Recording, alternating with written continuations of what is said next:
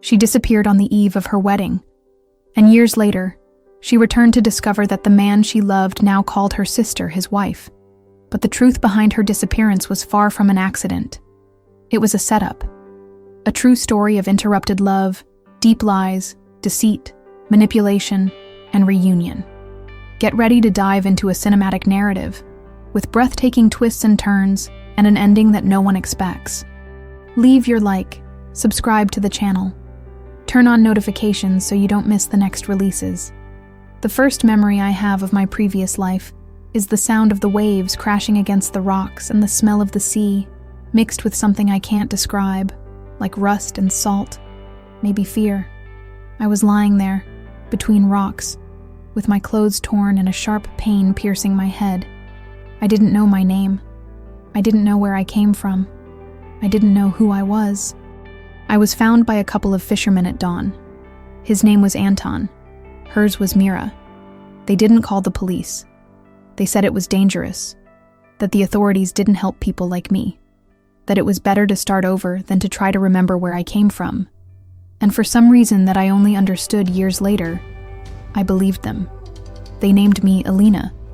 They took care of me as if they were my own parents. But there was something inside me that screamed every day that this wasn't my real life, that I belonged somewhere else. 8 years passed. During that time, I learned to fish, to live with little, to smile even without knowing why. And sometimes I dreamed of a man, the same face, the same green eyes, every night.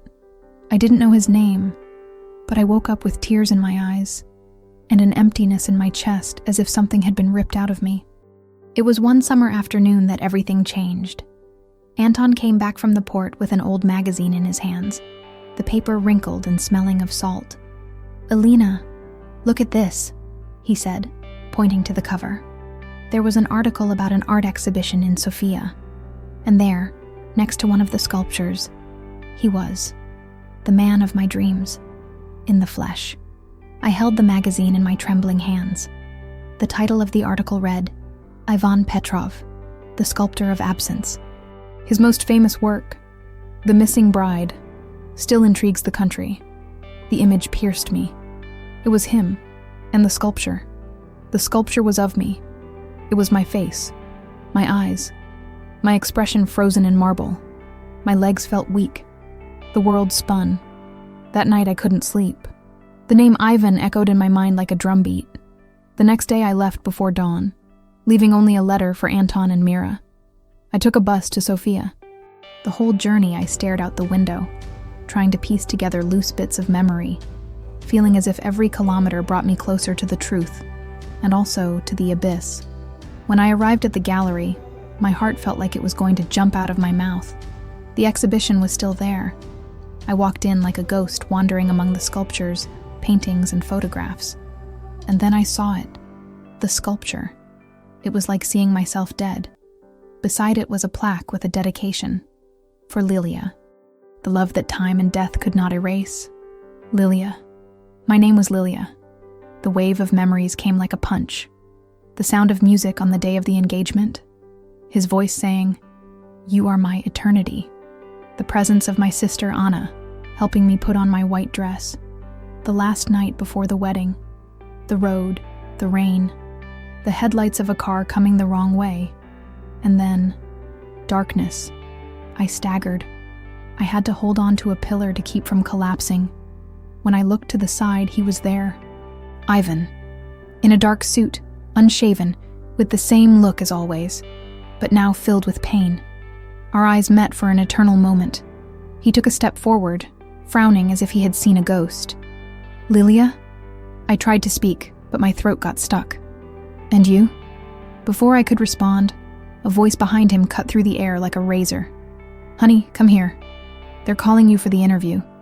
And then she appeared. Dwarf. My sister. Wearing the ring that should be on my finger. Pregnant. The world stopped. And there, in front of the sculpture that bore my face, my fiancé looked at me as if he didn't know if he was dreaming or going crazy, while my sister called him Love with his child in her womb. And I still didn't know why I had disappeared. But the question now was different. What really happened to me that night? And why did my sister replace me? The silence weighed like concrete on my shoulders. I stared at him, but I couldn't breathe. It was as if my body was trying to understand if this was real. Ivan took another step. His gaze trembled, lost between the past and the present. Anna's voice came closer, light as a threat. She entered the room with a smile, which froze when she saw me. Her eyes, those eyes that once promised me protection and complicity, widened, and for an instant, she froze. Her hand instinctively rested on her belly, an involuntary attempt to protect, to hide. Lilia. Her voice came out in a thread. I felt the world spin. Ivan looked from me to her, then back to the sculpture, as if his brain was trying to organize too many pieces on a broken board. "That's not possible," he whispered. You died. I buried flowers in the sea for you. You didn't die," Anna interrupted, her voice firmer now, with a venom that tried to disguise itself as surprise. "But how? Where were you all this time?" The way she said it cut me like a knife. There was no real shock in her voice. There was no relief. There was no love. There was just a perceived threat. I felt heat rise to my face. I took a step forward, still trying to catch my breath, my voice. I don't know. I didn't remember anything. Only now. Now I remember everything. Ivan came closer as if he feared I would disappear again. He touched my arm with his fingertips, as if to confirm that I was flesh, not stone. "Lilia, where have you been? Do you know what happened to you that night?" Before I could answer, Anna took a step between us. "She's been traumatized, Ivan. She's clearly confused. Maybe she's not really Lilia. Maybe it's just a resemblance. What if she's some sick person obsessed with you?" The impact of her words made me shudder. Was this how she was going to handle this? Total denial? "You know it's me, Anna. You know." Ivan looked at Anna, then at me. "She has a scar here, on her wrist," he said. "You fell out of a tree when you were 10. I took you to the hospital. You were screaming that you didn't want stitches." I held out my arm. The scar was there, small, but visible. The air was sucked from the room. Ivan staggered back. Anna went pale. "You lied to me," he said to Anna, his voice choked. "You said they never found the body. You said the DNA tests confirmed it." Her eyes widened, but soon assumed a defensive posture. "I did what was best for everyone. You were in pieces. Mom died of sadness. Dad went into depression. I was the only one left standing. I rebuilt everything." "Rebuilt?" My voice finally came out, shaky but firm. "You rebuilt your life, on top of mine. You took the man I loved. You lived my story. You put your name on what was mine." She came closer, almost touching her face to mine. "You don't know what I've been through. No one does. I cried for you every night. And when I accepted that you were dead, I stayed. I didn't steal anything. I just stayed." Ivan seemed numb. He stared at us both as if trying to figure out if he was in a nightmare. But I already knew. This wasn't a fight about love. It was about truth, about the right to have one's story back. I left the gallery without another word. I needed to breathe. The world was spinning, and now that memories were starting to come back in painful fragments, there was something else eating away at me inside. That night of the accident, before the car, I remember an argument. In the kitchen of my parents' house. I remember Anna screaming, my mother crying, me saying that I needed to tell the truth. But what truth? I returned to the guest house where I was staying and, alone in my room, I began to search my memory as if leafing through a torn diary. Each image came to me like a flash. Anna with her cell phone in her hand saying, "You're going to ruin everything." Ivan leaving without knowing what was happening. And me, leaving the house in the rain with an envelope in my bag. An envelope. I had proof. There was something I knew that night. Something Anna didn't want me to tell. And so, I disappeared. It was not an accident. And if it wasn't an accident, someone wanted to shut me up. I spent the night awake, sitting on the edge of my bed, hugging myself as if my own body could protect me from what was to come. The city of Sofia, outside, was still alive, but inside me, everything was falling apart. The past was beginning to unravel from the shadows, revealing loose ends, fragmented memories, sensations that made me break out in a cold sweat. I had an envelope that night, that was for sure, and inside it, something that threatened Anna. I could feel it in my body. It was like an instinct. But what? I grabbed a pad of paper and started writing down whatever came to mind. The kitchen, the argument, Anna saying, "You're going to ruin everything."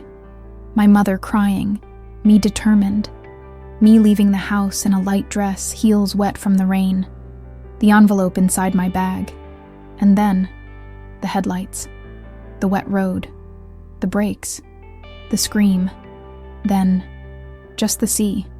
But one detail struck me hard. There was no sign that anyone had really looked for me. There were no posters. There were no campaigns. There were no searches. Just a death certificate without a body, and a sister who, months later, became my fiancé's wife.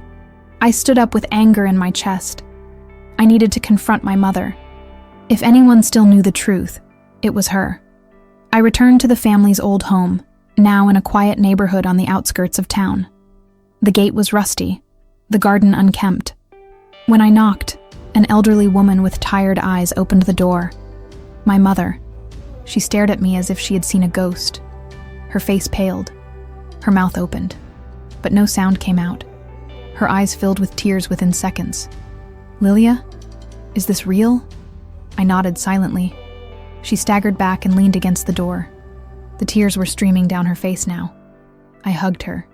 Her body was shaking so much I could barely hold mine. "I'm sorry," she whispered. I was weak. I couldn't stop it. "Stop what, Mom?" She pulled back and looked into my eyes. "Anna, she's always been intense. She's always wanted everything that was yours. When you told me you were going to reveal what you saw, I told you it wasn't wise, but you didn't listen. And then, reveal what, Mom? What did I see?" She hesitated. She wiped her face with the back of her hand. She walked into the kitchen and poured water with shaking hands. "You saw Anna walking into Dr. Marin's office in the middle of the night. The same man who died a few days later. He said it was just an emergency visit, but you knew there was more to it. You were going to tell Ivan.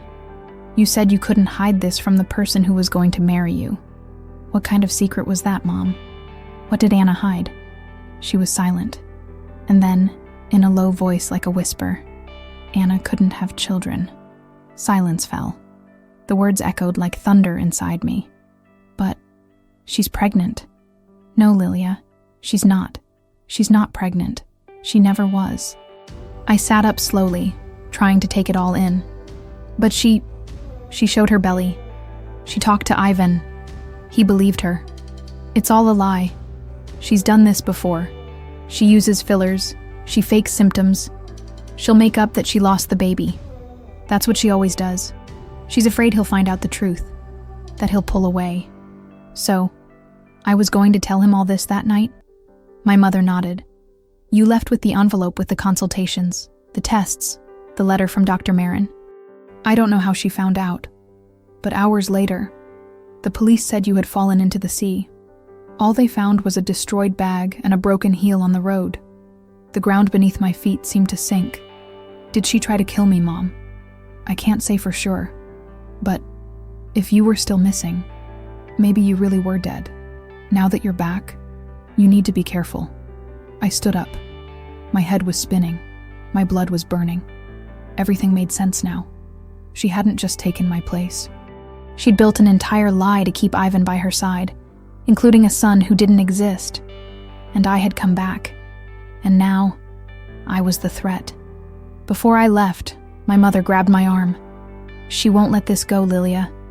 You need to protect yourself. I didn't come to fight, Mom. I came to get my life back." And in that moment, I swore that no one else would decide my destiny for me. That night, I went to the house where Ivan and Anna lived. I stood across the street in the rain. Lights were on, shadows of the two of them upstairs. And then, I saw Ivan come down alone. He opened the door. He came out, and he saw me. He walked up to me without saying a word. He just wrapped me in a long, painful hug, full of everything that had gone unsaid for years. "I need to show you something," he said. We went to his studio. Inside, among sculptures and drawings, there was a wooden box. He opened it. It was full of letters. The letters he wrote to me, even after my disappearance. "I knew you were still alive. Something inside me told me you weren't gone. But Anna, she always made me doubt. And now, you're back. And I want to know everything." I took a deep breath. I opened the bag. I showed him the test I got from my mother. He read it silently. The form read, "Patient, Anna Petrov. Diagnosis, total infertility due to premature ovarian failure. Date, 2 months before their wedding." Ivan looked up, pale, devastated. And then he said, "She made me live a lie for almost a decade." But before we could say another word, his phone rang. He answered it. And from the other side, Anna's voice shouted, "She's there with you, isn't she? I saw you leaving together. Ivan, don't do this. If you take him away from me, I swear I'll end everything." The call dropped. And outside, we heard the sound of tires screeching. Anna was coming. And she wasn't coming alone. The invisible siren of danger rang inside me. The sound of the tires screeching outside mixed with the echo of Anna's last words on the phone, filled with anger, despair, and above all, fear of losing control of the lie she had maintained for almost a decade. Ivan dropped his cell phone as if it were burning. He ran to the window and peeked through the crack. "It's her car. She came alone. Or not. I don't know." My heart was beating loudly in my chest, like a war drum. "We have to get out of here." He nodded and ran to the back of the studio. He opened a door that led to a side alley. We walked through the wet night, trying not to make any noise, while the sound of the car pulling up in front of the building echoed off the stone walls. Ivan led me through narrow streets until I reached an old house, closed with a heavy lock. "It's the old studio. No one has been here since I moved in. We can think better here." We walked in. The place smelled of old wood, dried paint, and the past. He turned on a single light bulb, revealing unfinished sculptures, canvases upturned against the wall, stacked boxes, and an easel where a half-faded canvas displayed my face, as if he had never stopped looking for me. "She's going to go crazy now. She'll do everything she can to keep you away from me, Lilia." "She already did," I said, looking at the painting. He sighed, sitting up. "Now tell me everything. Ever since that night." I sat in front of him. My voice was low but firm, like someone who sewed their own past stitch by stitch. The night before the wedding, I received the last copy of Anna's tests. I knew she was lying. I wanted to tell you everything, but my mother asked me not to cause a scene, and I hesitated. Even so, I decided you needed to know. I remember you left late. It was raining. Yes, I took the car and left with the papers. I was going to meet you at your house. But first, I stopped at my parents' house. I wanted to see my mother one more time. When I left there, everything went haywire. A car came the wrong way. It hit me. I fell off the cliff, but help never arrived. There was no real search. And today my mother told me that Anna never called the police. She just let everyone believe I was dead. And then, she took my place. Ivan squeezed his eyes shut, fighting back his own tears. "And you don't remember who was driving the car?" "No. But I remember the sound. It was a specific horn, a low-pitched sound. I remember the silhouette of someone at the wheel, too small to be a tall man, and a loud laugh. It wasn't an accident. It was on purpose." Ivan was silent, and then he slowly stood up. "I need to show you something." He walked over to an old cabinet. He took out a box. Inside were letters, newspaper clippings, and a flash drive. This flash drive was hidden at the bottom of Anna's bag. I found it 2 years ago, when she forgot her bag at the studio. When I opened it, I saw that there were images of her in Dr. Marin's office. Security recordings. I thought it was strange. I asked her about it and she exploded. She said that it was a friend of hers and that she couldn't talk about it. From that moment on, I started to suspect. Have you been keeping this all this time? Yes, because something told me that everything was wrong. We connected the pen drive to an old laptop. A video opened. The images were dark, but clear enough. It was Anna, entering the office. Midnight, 3 days before the accident. She was arguing with Dr. Marin, and at a certain point she pointed to something on the shelf. He shook his head. She approached, pushed something. Then, the video went blank. This part has been corrupted, but there is one more folder here. I opened the folder. There was a scanned letter, dated the day of the accident, addressed to me. Lilia, I fear for your life. If you decide to tell your fiancé everything, be careful. Anna has shown signs of severe imbalance. She has threatened me, tried to bribe me, and said that no one will get in the way of the future she has chosen. I don't want to believe that she is capable of it, but be careful. Dr. Marin. I swallowed hard. Ivan put his hand over his mouth. My God. At that moment, Ivan's cell phone vibrated. It was a message. From Anna. I warned you. Now it will be too late. We looked at each other. Ivan ran to the window. A black car was parked across the street, but it wasn't hers. It was another one. Tinted windows, headlights off. A man in a hoodie got out of the driver's seat and lit a cigarette. Ivan turned off the light in the studio. She didn't come alone. She's using someone. Maybe someone she's paid for. Maybe someone dangerous. I grabbed the papers, the flash drive, the printed letter. We need to get out of here. Go straight to the police. With evidence of this level, she will have to answer. But when we opened the back door, the car was already turning onto the parallel street. And, stuck in the door, an envelope. No sender. I opened it with trembling hands. Inside, just one photo. Mine, fallen among the rocks. On the day of the accident. And a note. You got away with it once, Lilia. You won't get away with it twice. The words on the note seemed to move on the paper, as if they were alive. You escaped once, Lilia. You won't be so lucky twice. The warning wasn't just a threat. It was a signature, a declaration of war. And from the shaky, scrawled handwriting, I recognized a familiar detail. Anna bit the tip of her pen when she was nervous. Always. The marks from the bitten cap left small traces of ink as if the pen had bled. Ivan looked at the note and then at me, his eyes wide. This isn't just about you. It's about what she's built. If this castle of lies falls, she loses everything. Her image, her marriage, her status, her money. And she knows I'd never forgive her. She never believed I would come back. She never thought her memory would come back, I murmured. But he came back. And now we have proof. We just need to make sure they survive with us. We hid the flash drive in a fake drafts folder among the sculptures. Ivan saved a copy in his personal email and in mine too.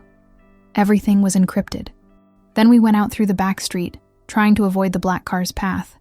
We took a taxi to the nearest police station. The city was still asleep, but the police station was on duty. 2 police officers met us, cold and bureaucratic. They seemed skeptical. We showed them the evidence. They analyzed everything.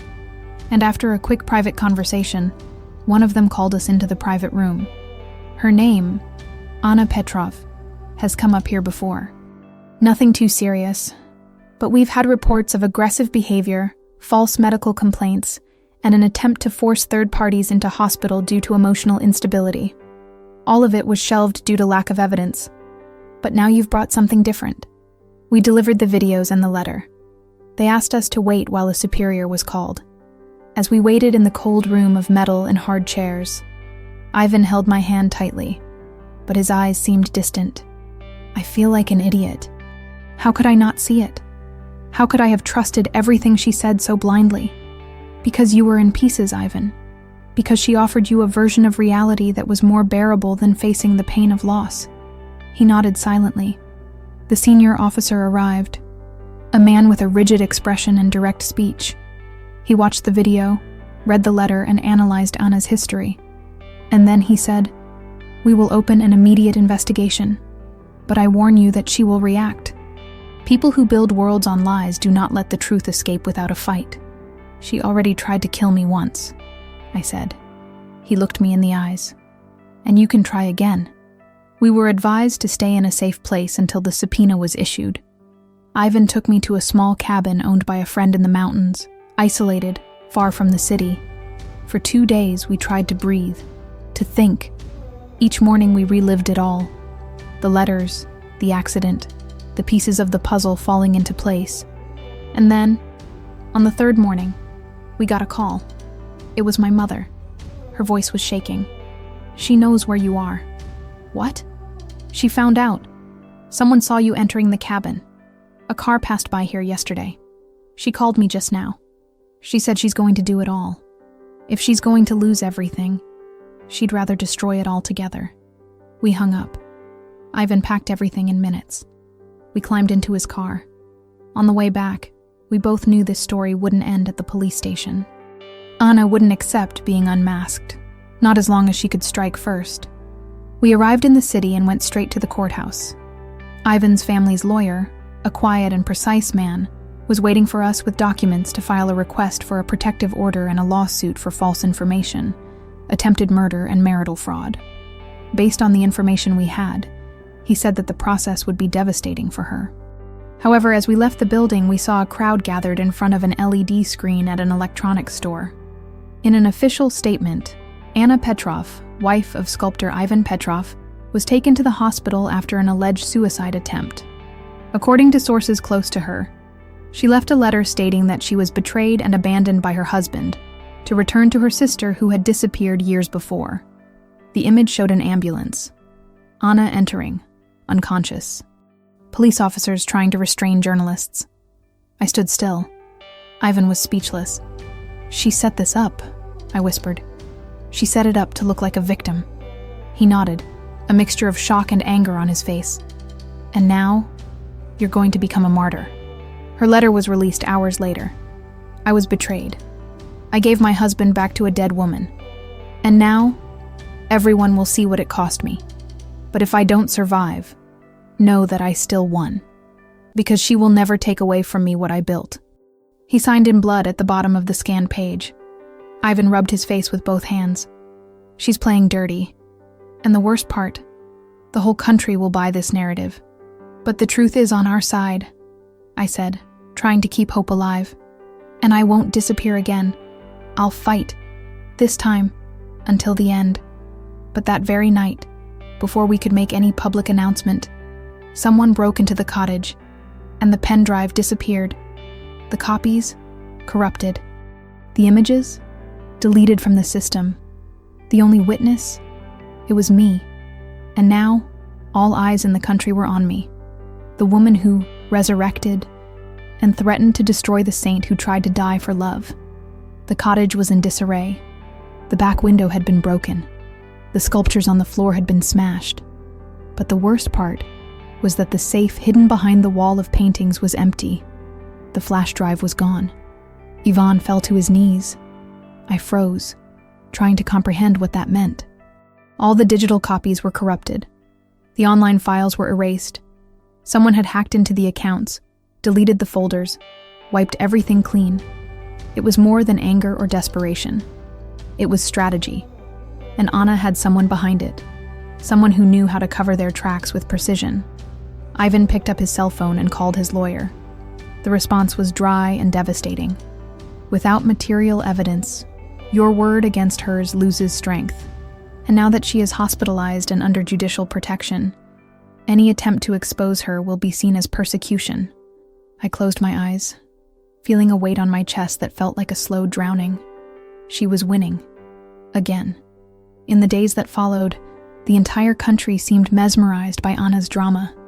Websites, television programs, and social networks portrayed her as the betrayed woman, the abandoned sister, the replaced wife. One channel aired a special report, the sister who came back from the dead to destroy a perfect marriage. And I, who had returned to claim my own life, was now the ghost that haunted someone else's story. But there was one thing no one expected: a letter, forgotten at the bottom of my mother's box, written by my father before he died, and addressed to me. She handed it to me with trembling hands, saying she kept it out of fear and guilt. "Lilia, if you're reading this, it's because something went wrong. I needed to tell you the truth, but I didn't have the courage. Anna is not your biological sister. She was adopted when she was 7. She never accepted that truth. She always envied everything that was yours. Ever since she was little, she said that everything you had, she would take away. I once heard her swear that she would replace you one day. I thought it was just childish anger, but maybe it was a warning." His hands were shaking. Ivan read the letter beside me, silently. "This changes everything. If I prove that she is not a legitimate daughter, the family's line of inheritance, access to assets, even the marriage, everything can be questioned." And that's exactly what we did. We hired a new lawyer, a bolder one, a more relentless one. We began an investigation into adoption records. We discovered that Anna had been registered illegally through an intermediary with manipulated documents. It didn't stop there.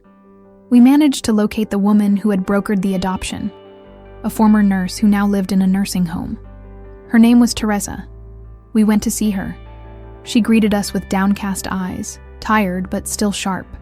"I knew this day would come," she said, even before we introduced ourselves. "I regretted it every day.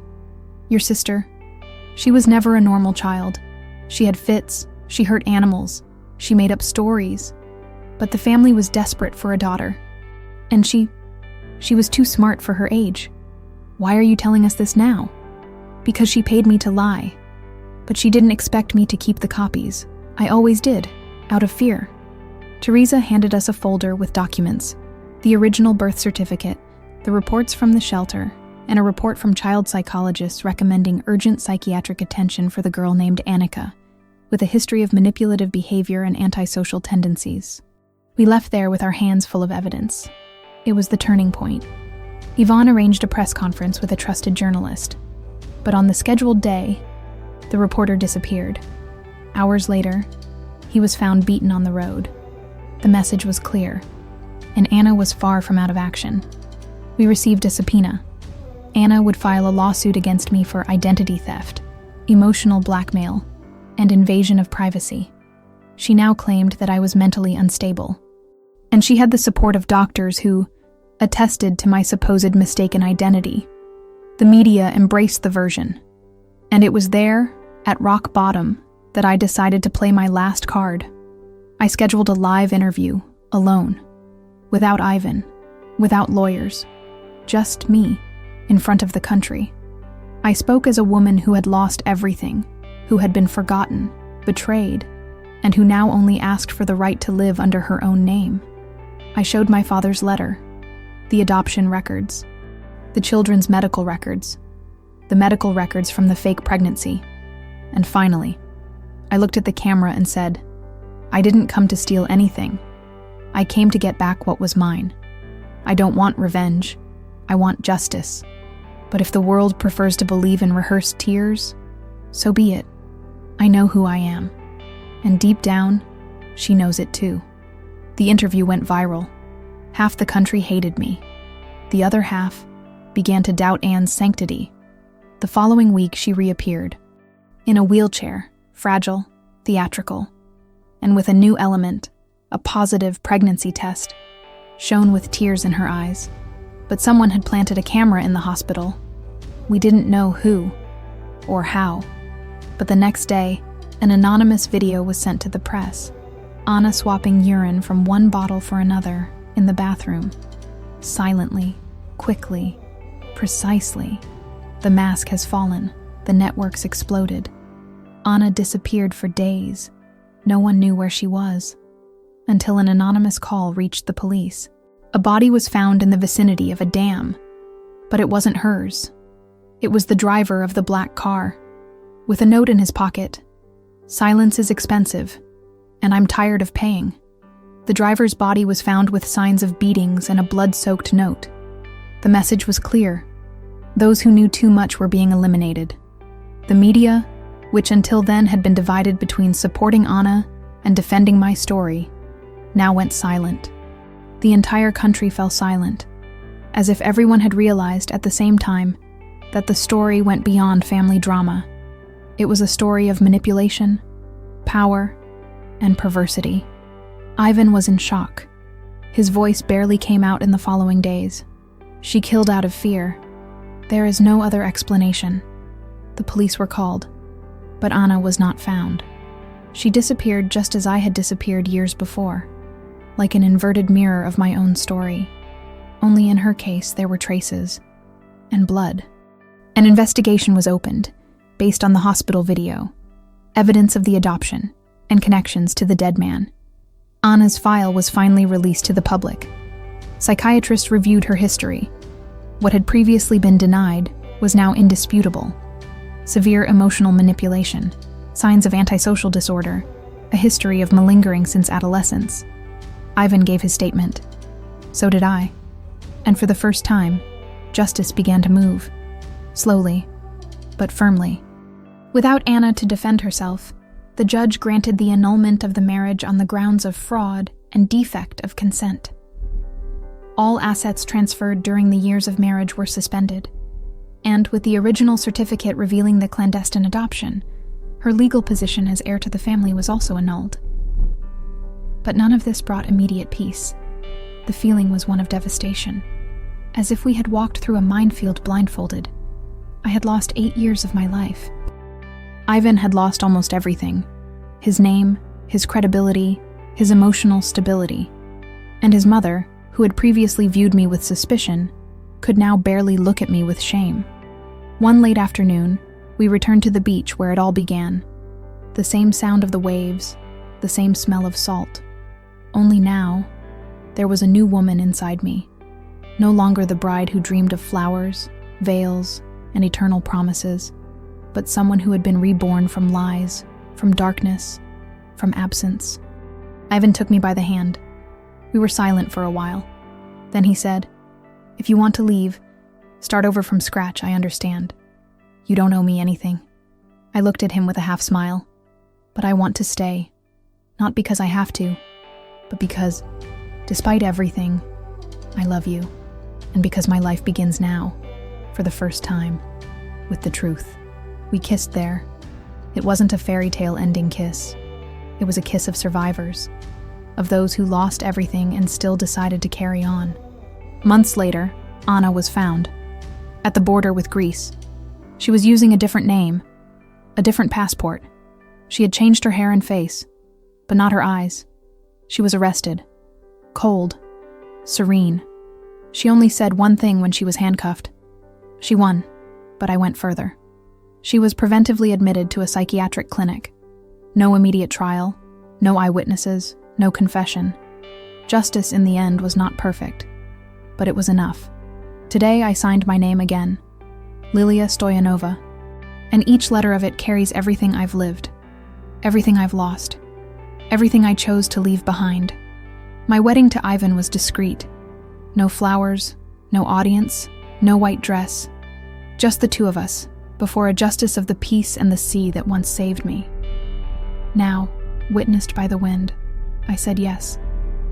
Not to the man I once loved, but to the man who remained when everything around him imploded. My past has not been erased. It lives with me. In the form of scars, yes, but also as strength. And every time I look in the mirror, I see who I was, and who I will never be again, because disappearing taught me to fight, and returning taught me how to win. Did you like the story? Comment below what impacted you the most. Share it with someone who loves stories full of emotion and mystery. End.